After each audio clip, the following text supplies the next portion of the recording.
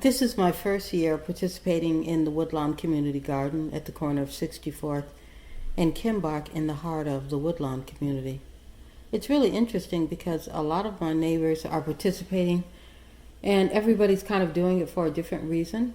Some people are doing it because they've always kind of had little gardens in their backyards, but they may have moved and so they didn't have enough space to plant.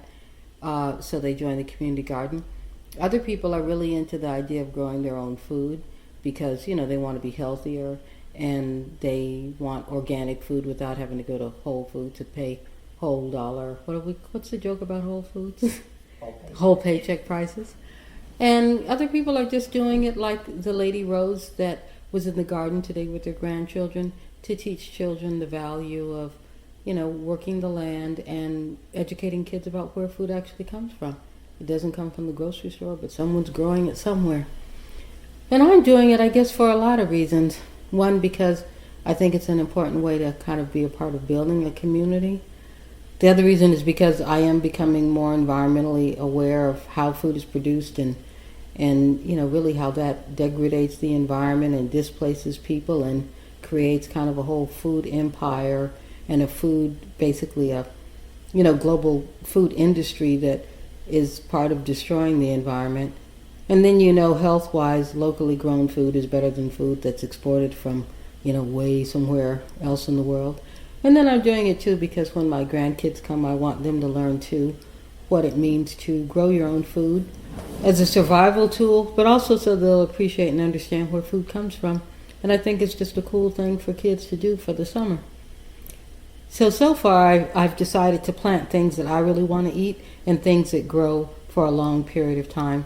So I've planted kale, which I love, collard greens, which all my friends like, chard, which is just terrific with salmon. I had it once at my cousin's house and decided I love chard.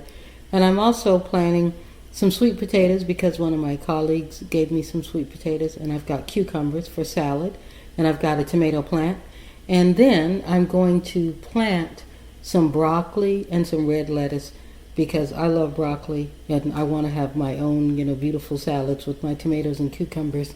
So that's why I planted the lettuce. It's not really that hard. I was worried because this is the first time I've had a big garden because my garden is 10 by 10 and I've never had this much land to till. But I think the hardest part is over, which is when you have to till the land.